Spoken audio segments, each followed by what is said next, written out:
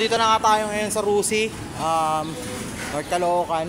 Umpisa na i-replace yung handlebar natin kasi medyo hindi ko kayang hugutin kasi to kasi gawa nga ng tumigas na. So nabot na natin dun kay Kuya yung pag-mekaniko nila dito. Di ko pa pangalan na kukuha yung pangalan niya. So mapayos natin yun ngayon. Then after natin, before habang ginagawa to, ang gagawin natin, proceed tayo dun sa review.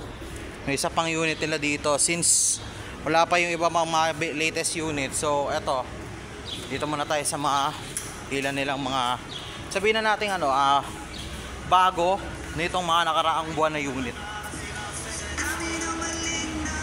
So ayan, isang hilera na yan na Sparkle yan, Sparkle 125i. So re-reviewin natin to ngayon. Then umpisa na tayo in 3, 2, 1. So sisimulan na nga natin yung pag-vlog dito sa unit na to. So by the way, ang unit na nga pala na ito is Rusi Sparkle 125i. So currently meron na tong makina na 125cc single cylinder. Then meron siyang 2 valve single overhead cam. Then ang transmission type naman nito is naka CVT. So meaning to say, automatic transmission na rin ang gamit nito. So air-cooled pa rin ito, kagaya ng mga typical na ibang units ni Rusi na bago, kagaya rin ng mga bagong version nila ng RFI, pati na rin ng Flex na 125 din. Then also, meron tong compression ratio na 10.1:1. Then etong fuel system naman niya is naka fuel injected na siya. Sa power, meron na rin itong 8.7 horsepower at 7,500 RPM. Then at the same time, meron na rin itong torque na 9.5 Newton meter at 6,000 RPM. So currently titingnan pa natin kung ano pa bang meron dito sa motorsiklo na to. Okay, so take note na lang din muna mga dre. So itong motor na to is halos meron siyang resemblance within the Honda Click 125.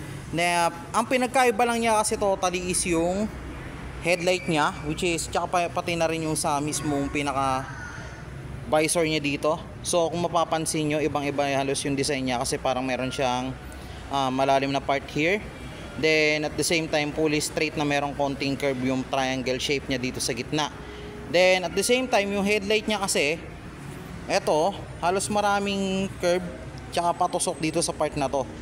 Ayan, so kung mapapansin nyo, halos sinaayunan lang din siya ng sticker na which is bumagay naman talaga sa kanya yung design na to, especially sa white, which is basically ito parang nakikita ko yung mga gantong klase ng design through, although meron sa Honda Click pero the same time meron akong nakita nito sa ibang motor. I think it's Samurai 155 if I remember. So yun, tapos meron na rin siyang sticker ng FI din dito. So ayun, headlight, body structure halos kapareho siya ng Honda Click 125. Then take note of this, lahat ng to na sa headlight niya, sa front light niya is basically naka LED na rin to. So LED na yung DRL niya, which is napakaganda ng design dito kasi may mga linya-linya pa dito, ayan, na umaakma naman sa design ng motor. Then at the same time, itong headlight niya sa baba, ayan, so ang ganda rin ng pagkaka-assemble din nito. Para sa akin nagmumukha siyang quad LED projector. Medyo may pagkamalapit ng ganun, pero sa ngayon I think hindi kasi although is meron pagka-resemblance ng konti sa Honda Click 125 pero nagkaiba lang, meron lang siyang konting pagkakaiba either within how this is the motorcycle has been already implemented at the same time. So fender, okay, so matigas, maganda yung quality ng plastic. Then at the same time, yung gulong sa baba. So take note, naka single disc brake lang ito sa front, which is basically ang disc brake nito kung mapapansin nyo. Hindi ko kasi mapuntahan dito sa kabilang part, pero sige, try natin. Usog na natin yung motor para mas makita natin yung gusto mong may pakita dito sa motor na to. So yun, baba tayo dito ng konti. So kagaya nung sinabi ko kanina, naka single disc brake na itong motor na ito, and at the same time, kung mapapansin nyo, ito, take note ko na lang sa inyo hindi po ito naka-ABS. Kung akalain nyo na ABS to, doon kayo nagkakamali. So, ang mga bagong units ni Rusi ngayon, halos lahat ng bagong units ni Rusi ngayon is naglalagay na ng mga gantong klase ng sensor para sa speedometer nila. So, para saan to? Ito yung actual na sensor na nagme-measure ng speed ng gulong mo na kadalasan ginagamit din sa iba pang units ng motorsiklo ngayon. Gawa nga ng ang motor na ito is naka-digital na ang kanyang speedometer or yung kanyang instrument panel. So ito yung nagsisilbing indicator niya kung ilan na ba yung speed na tinatakbo ng motor na to through using this. Na-identify ng speedometer kung ilang kilometers na ba yung tinatakbo ngayon ng motorsiklo na to. Then take note, naka-telescopic port ito. So kagaya din ng iba pang units nila ng scooter, naka-telescopic port din ito. Hindi lang siya masyadong makita right at this time kasi nga medyo natatapunan siya ng fender. Then at the same time, ang kanyang brake caliper is katulad rin ng rear caliper ng Adventure X150, which is ito is naka dual piston caliper na siya, I think. Based dito sa pagkakatingin ko, ayan, so lapitan natin ng konti. Ayan, so naka dual piston caliper na po ito dito sa mismong front brake niya. So yung front brake system niya is yung front brake system niya mismo, ito na mismo yung pinaka-structure niya. So kanyang rotor disc, sensor, telescopic port na merong emblem ng Rusi, and at the same time naka dual piston caliper na rin po ito. So yun. So ma'am, may tanong lang po pala muna ako. Naka CBS na rin po ba to si Sparkle? Hindi pa. So ordinary brakes pa rin. So yun, wala pa siyang CBS. Then ano pa lang to, typical type of brakes pa lang din naman ang meron dito. So yun, punta tayo dito sa bandang gitna. Okay, so sa bandang gitna, ano bang makikita natin dito? Meron sila ditong mga bulsa. Meron dito sa may left side, meron dito sa may right side. Then ang pinaka ignition start pa lang nito is basically ginagamitan pa rin siya ng key or susi, which is meron siya ditong para sa ignition, may lock, meron ding seat open, nakagaya ng mga typical na scooters ngayon right at the same time sa market. Lapitan pa rin natin ng konti. Then meron din tong lock. So meron siyang halo ng typical na susian na lock. Then at the same na pwede kang mag-lock ng motor, syempre kasama na 'yon. Yung start, then ang pinakaiba lang nito is yung pag-open ng seat. So ayan, ganito siya. Then yung bulsa niya naman dito, hindi mo naman siya ganoon kalalim, unlike dito sa kabila. Yan, may pagkamalalim tong bulsa niya dito sa may kaliwa. Then ang nagpa-special kasi sa kanya dito, kasi pag once na nag-avail ka kasi sa kanila ng gantong unit, ito ang unit nila to mismo is meron ng kasamang hook. So kung ikaw nababother ka na gumamit na habang nagdadrive ka is kailangan mo pa magsabit sa manibela ng mga unang na binili mo or yung mga pinamili mo, dito hindi, kasi yung hook na nilagay nila dito is may kasama ng lock. Ay, nakalock na siya, naka-auto lock siya. Ayan, so ganyan ang itsura niya. Then also nakalimutan ko palang sabihin, so syempre may bulsa, meron din tayo ditong USB charging port. So kung halimbawa lobat ka, especially habang biyahe or anything else habang nagra-ride ka, tapos may naka-attach ka naman na phone holder dito, pwede mo na i-charge dito yung phone mo while driving. So specifically malaking tulong to para sa lahat ng mga riders na gustong magkaroon ng ganito klase ng motor. So yun ang isa sa mga pinaka-advantage nya. So the other thing, di pa natin nalilipot tong bandang taas yung kanyang handlebar, tsaka yung pinaka mismong head nya o yung pinaka ulo ng motor. So anong meron dito? So basically, punta muna tayo dito sa right side. Halos by the way, bago pala muna yon, halos kompleto na rin pala siya ng switches.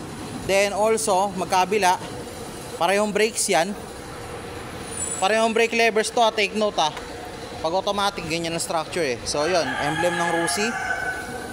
Tapos may pagka magaspang yung part niya dito sa may bandang digital panel niya. Then ano nga bang meron na switches sa kanyang handlebar dito mismo sa part ng handlebar? So isa-isahin natin. So meron tayo dito sa right side na kill switch, which is push button siya. Then at the same time ignition start, ignition button. For electric, this is for a electric type of ignition. Once na naka-start na yung i-start mo yung motor mo. Then at the same time meron din ditong headlight switch sa baba. Ayan, so hindi na mawawala to. Ganito yung structure ng Sparkle 125i ng switches sa right side. Then dito sa left side, anong meron? So tingnan natin to. Pag sa left side kasi, meron tayo ditong hazard light, which is push button din, high beam and low beam switches, horns, plus meron ditong turning lights switches. So take note na ka-LED na rin. Meron din dito na, I think dito sa may bandang taas sa may rear, sa may front part o sa may mismong headlight, dito sa bandang taas ang kanyang signal light.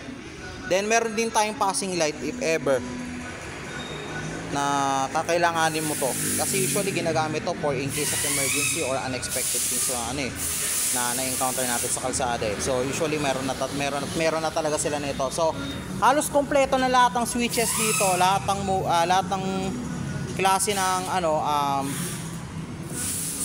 buttons, andito na rin lahat sa Sparkle 125i. Makikita na rin natin to dito. Then also sa pagkakatanda ko, si Click 125 kasi recently napansin ko rin sa kanya na although lahat naman ng Honda scooters kung tutusin, meron pagkakahawig sila nito Ito nasa gitna rin yung battery ni Sparkle 125i, kagaya din nung sa Honda Click 125. So may pagkakapareho, yes, pero at the same time meron din naman marami din namang ibang mga part na meron silang pinagkaiba most of the same time. So malawak din ang kanyang footrest for this one, which is dito kung halimbawa meron kang mga dala-dala na mga pinamili mo, pwede mo ring ilagay dito sa gitna para iwas hassle na pag nagmamaneho ka gamit yung manibela mo. So napakalaking advantage din ito sa gantong klase ng scooter. So ito, yung shape ng kanyang upuan hindi rin naman nagkakalayo sa iba pang scooter na nasa 125 category or 125cc categories. Then also yung kanyang sticker designs, especially ito, may bumabagay din siya dun sa mga typical na kulay na meron siya ngayon. So take note of this one mga dre. Ang kulay na meron tayo ngayon dito sa Sparkle, dito sa Rusi North, Caloocan, is yung etong white na nire-review natin ngayon. Meron din sila dito na cyan kung nakikita nyo. Meron din silang gray, gloss yan gloss lahat yan. Then meron din silang gloss black na may orange. Then at the same time meron din silang red. So lahat ng colors nila na available dito is naka-gloss type lahat. So yun.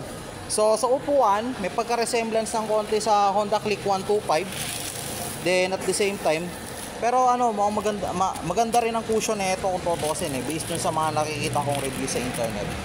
And also I think hindi ko masasabi na totally pareho lang sila ng resemblance kasi hindi ko pa siya totally nakikita pa. So yun.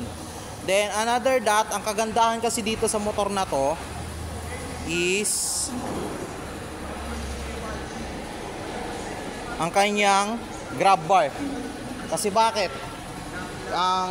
Ito sa typical na review ko lang marami ako nakikita na dito na iba pang mga bagong release na units na hindi lang sa Rusi pati sa ibang motor wala pang ganto. So ito, napakalaking advantage na talaga nito pagdating sa motor, na kapag yung grab bar mo sa likod is naka-ready na for top box. So meaning po pwede na tayo mag-attach ng top box dito. Yan, so tatanggalin mo lang tong rubber na to. Hindi ko lang matanggal papatulong sana ako si mekaniko Pero wag na muna natin pakialaman. So pwede na siyang lagyan ng top box dito sa likod. Hindi mo na kailangan mo papalit ng bracket, or sige, depende pa rin naman sa inyo yan as a rider. Kaya pa rin naman makakapag-decide yan kung gusto niyo mapapalit mismo ng top box bracket. So yun. So specifically, katulad ng sinabi ko kanina, naka air cooled system pa rin to. So nandito yung fan nya, then may cover din siya. Ito, kudos kay Rusi. Ang ganda kasi binigyan nila ng cover tong fan nila na to, which is, ayan, napakaganda ng design tsaka aesthetic nito kung tutuusin. Then also, ginandaan pa nila lalo dito kasi naglagay sila ng mismong parang engine cover kahit rubber lang. Kasi bakit? Para maiwasan nga naman ang pagpasok ng dumi dun mismo sa loob ng makina, kasi ito ang pinakamahirap na linisin na part eh. So yun, kudos din dito Rusi. So take note ko lang pala muna mga dre, balik muna tayo sa harap. Ang sukat pala muna ng gulong neto sa harap or sa front is 80 by 90 by 14. So yun ang sukat niya nito. So ang type naman nito is pang commuter tire lang din naman ang gamit nito kung tutusin dito sa front. Then also it's convenient din naman siya i-drive while on city driving, lalo na kung gagamitin mo pang araw-araw at the same time. So sa mga rider, especially ito, advantage din to kapag meron din silang gantong klase ng bike or gantong klase ng scooter. Especially sa mga rider na naghahanap buhay dyan, yung mga lalamove ganyan. So typically ito, malaking advantage sa kanila to pag ito ang ginamit din nila na klase ng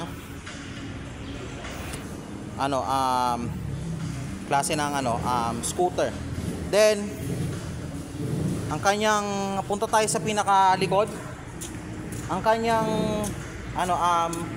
exhaust naka-upright, stock. Then may parang may pagka-carbon na, although pare-pareho sila ng design dito sa plastic wear nung sa mismong digital panel tsaka dito sa mismong fan. Ang ganda ng pagkaka-aesthetic nila dito sa heat cover na to. Then at the same time pati na rin dito sa tambucho. Tsaka yung fender, eto, likewise hindi siya katulad ng ibang fender na patulis lang siya pataas. Ito, supported siya with some kind of bracket here. So parang chassis niya na rin to dito na totally nako-cover up niya yung half portion nung kanyang half portion ng kanyang gulong para maiwasan yung pagkakaroon ng putik dito sa mataas na part na to. Dito sa bandang taas na part nito ng motor na to. So take note of this mga dre. Etong motorsiklo na to is naka single shock pa to. So hindi ko matukoy kung anong size nung shock niya, pero mukhang mahaba to eh. Then at the same time, bukod sa electric start, meron din itong kickstart. So ito ang pinakamalaking what if ngayon sa mga motor. Paano pag hindi gumagana yung electric start natin, yung electric ignition natin? So magandang option to, kudos din kay Rusi. Ang ganda, hindi lang sa design, hindi lang sa aesthetics, hindi lang sa functionality, pati na rin sa mga possible things na pwede mangyari. Naglalagay sila nito. Ang kagandahan, meron silang kickstart. So if ever na hindi gumana yung electric start natin, pwedeng gamitin to. Pwedeng gamitin yung kanyang kickstart para mapa-andar yung motorsiklo. So walang magiging hassle dito kahit paano, kasi napakalaking advantage nga naman ng kickstart if ever na hindi na gumagana yung electric start nya. So yun nga. Then at the same time, ang brake system naman ito sa likod is naka drum brake. Oh yes, drum brake. So medyo traditional to, but at the same time efficient pa rin naman siya gamitin all the time, kasi bukod sa madali lang siya i-maintain, malakas din naman ang kapit ng brakes nito. So tire size tayo pagdating dito sa likod. So yung rear tire size nya is, kung hindi ako nagkakamali, size nito is nasa 90 by 90 by 14 ang sukat. So mas malaki ito doon sa compare doon sa harapang bagi or sa front tire nito. So mas malapad, mas malaki. At the same time, maganda rin kasi naka-commuter tire din ang gamit nito. So yun. Then punta tayo dito sa may bandang likod. Kapag pasensyaan na lang muna yung ingay kasi meron silang tinetesting na motor doon eh. So yun. So yung kanyang tail light with LED na signal turning ang kanyang turning lights basically dito is naka LED na rin. Ayan. Then also, di ba pa kasi nasusubukan to eh. Pero basically ito yung tail light niya. So lahat yan is naka pure LED na rin at the same time. So ayan, so kung nakikita nyo yung structure, this one is such kind of a very unique design dito sa part na to.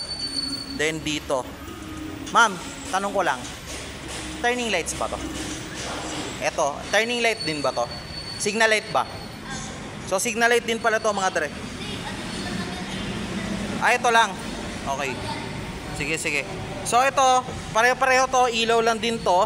Yun, at least naklaro natin kasi halos na kayo lakas makapeko nung ano nito eh, nung ano na to, parte na to eh. So, ayan. So, tail light niya, buo to. Tapos, turning lights or signal lights dito sa magkabila. So, yun. Tapos yung lalagyan ng plaka. So, ganto yung itsura niya. So, gusto ko sana makita yung loob. Pwede ba natin buksan to? Yun. Okay. So, dito natin nilalagay yung gasolina natin. So, yung tangke nito or yung tank capacity nito is nasa around 4 liters na. Then, ito is meron na rin siyang malaking compartment dito. So, marami na rin tayo po pwedeng mailagay dito. Kasya ba sir ang hot face dito? Kasya? Hot face? Helmet? Sige, try natin. Para makita natin. Then, ito yung takip ng battery. Ito yung takip ng battery. Half face na helmet, try sana natin. Tingnan natin. Para makita natin. By the way, okay ito. Ang galing ha. Kasi, ayan. So, kukuha si kuya ng half face na helmet. Try natin.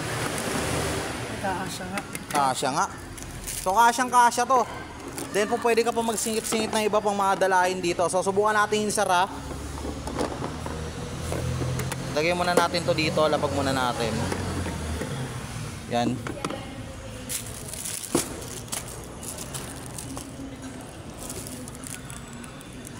Para di nasasara.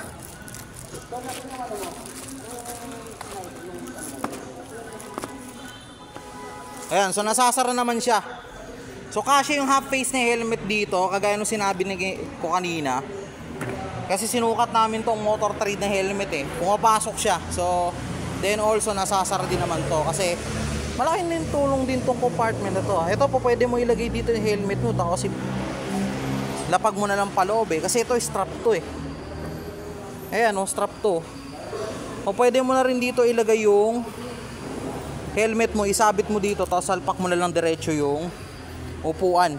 Yung kumbaga sasakto na lang para dito. So, yun. So kasya din ang helmet dito kung tutusin. Pero half face lang ha, take note, half face lang. So balik muna natin to.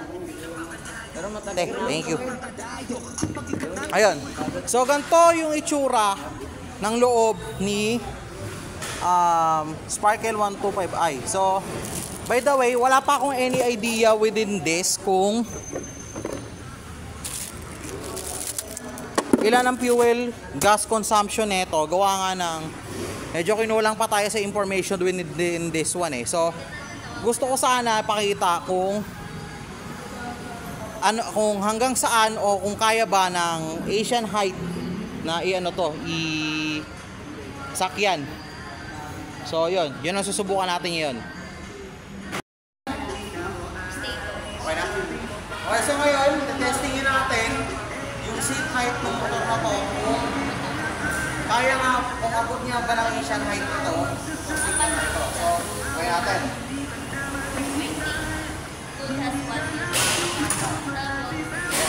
So, as you can see, medyo mataas yung seat height niya, pero kaya ko naman i-manage. Within the my height of 5'5", ganito sa kataas, medyo tikto nga lang ng konti, kabila. Medyo tikto nga lang talaga ako magkabila. Then also, yung riding position, naka-upright, which is very comfortable at the same time. Then, ayun. yung viewing point na itong motor na to, while driving, basically na, visualize mo na eh. Katulad ng deno yung pagmamaneho ng scooter. So, it's easy to handle itong bike na to para sa akin. At the same time. So, I think na-review naman na natin lahat ang review points na itong motor na to, and at the same time, aesthetics, yung appearance, then also fuel tank capacity, specs, then also yung mga bagay na meron dito sa motor na to. So I think naibigay ko naman na lahat yan. So dako na tayo ngayon mismo sa actual na presyo ng motor.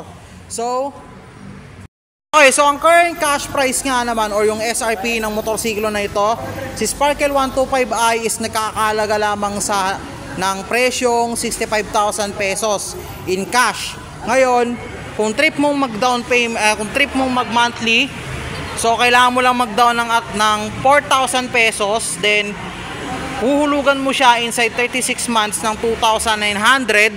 Then also sa 24 months naman, kung gusto mo siyang hulugan ng 24 months is sa halaga lang na 3,900 pesos. Then kung 12 months or 1 year lang, syempre medyo may kataasan, 6,900 pesos ang kailangan mong ihulog sa kanya. Pero take note, katulad ng lagi kong sinasabi, si Rusi meron siyang rebate na 300 pesos per monthly payment mo every time na nagbabayad ka ng tama at sakto sa oras. So yun nga no, mga dre. So hanggang dito na lang muna. Keep safe everyone.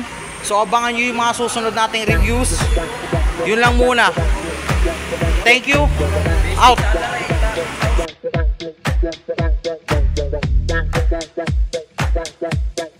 So yun, natapos na yung review natin.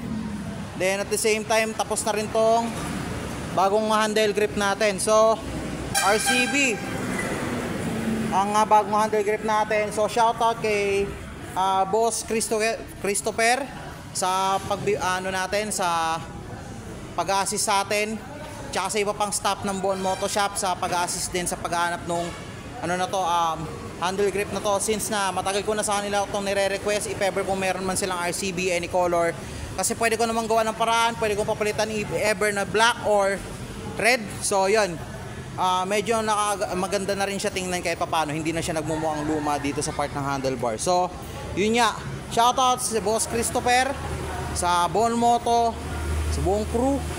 Ayun din, so antayin nyo lang. Meron pa ako, bukod dito, meron pa ako isa pang binibuild na motorsiklo ngayon. Then, saka natin yan. Yun nga. So, yun lang muna mga dre. Maraming salamat. Stay safe always. Ride safe. Yun nga, no. Out.